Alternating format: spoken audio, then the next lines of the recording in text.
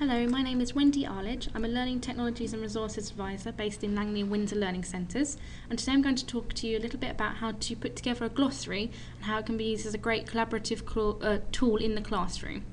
Okay, so what I've done is I've gone into my course, I've enabled editing, I've gone down to the topic field where I want to add my glossary. So this is how we do it. We go to add an activity, and you'll see there's the option for glossary here. So if we click on that,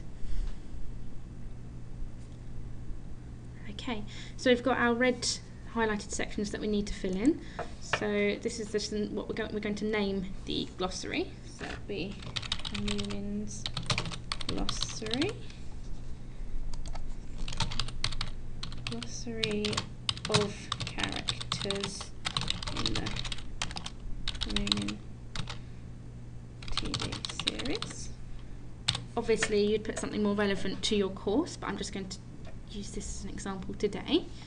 Okay, so as a default it comes up with 10 entries shown per page. If you wanted to put 20 in, which means 20 terms would come up on one page, you could do, but 10 is a good way of spreading them out. Okay, so if basically you can leave everything as a default.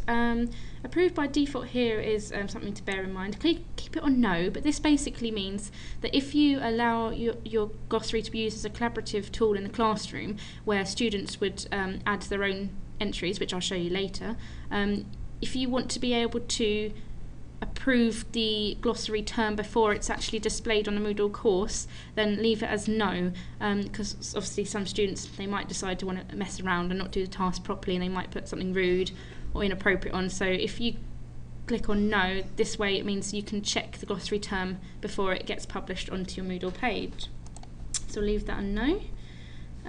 You can tend to leave all this as it is, as the default. You don't really need to use these more advanced settings to start off with. Okay, so we'll go and save and return to course.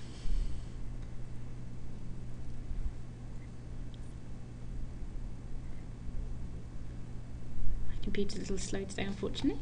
Okay, so here we go. We've got the Newman's Glossary here. Now, what I'm going to show you is I'm going to change my role to a student and show you what they see and how they would add an entry. So if we go to settings, you can switch your role to student. Okay, so now what I'm viewing is what the students can view themselves. Obviously they won't be able to edit any of these other topic fields, but they will be able to go into the glossary.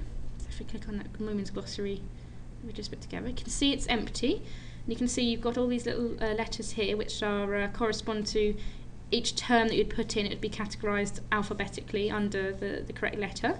So if I'm a student, I'd go to add a new entry.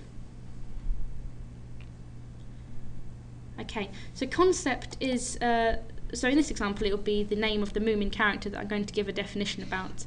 But perhaps if you're using an artist's glossary, you could put, you know, Salvador Dali as the concept, and then definition would be about a little bit about his life and his artwork. Of course, you know, if you were in hairdressing as well, perhaps you could put a concept as being a hairdressing term, like cut and blow drying. The definition could be some information about that. Okay, so here I'm going to put about the Moomin character. Let's put Moomin as concept. The definition would be Moomin is a character from the Moomin's TV series.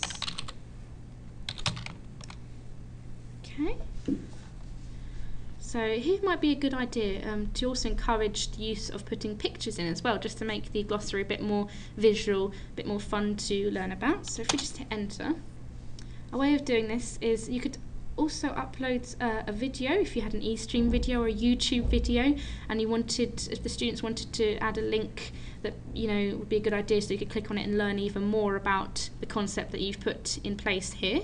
But I'm going to go to insert edit image, so we can go there. Now you can find or upload an image. Now you can either search Wikimedia, which would be Creative Commons, which is good because you don't want to go with a copyright infringement. That's what happens if you just copy and paste a picture from the internet. You are actually infringing copyright, and the college technically could get into trouble for it. So it's always a good idea to try and make sure your images are Creative Commons. Okay, so obviously I'm going to go with uploading a file, which is because I've saved a picture already. So the students, they may have saved a picture already, or you might want to encourage them to use this Wikimedia tool so they're not breaking the copyright. Okay, so we'll go to Browse here, and here's a picture I selected earlier. Okay, so upload this image. Might take a moment. Okay, now as you can see, this image is pretty big, and we'll probably want to change the size of that. So you can tell the students they can go to Appearance, and this Dimensions, this is where you want to change the size of the picture. So as a default, I would say 500 by 500 is probably a good size. Okay, so just insert. Just click OK when you see that. Okay, so there we've got our definition, which you might want to make a different colour as well. The students can play around with text colour. Perhaps we could have it as a nice blue colour. And you might want to make it bold as well.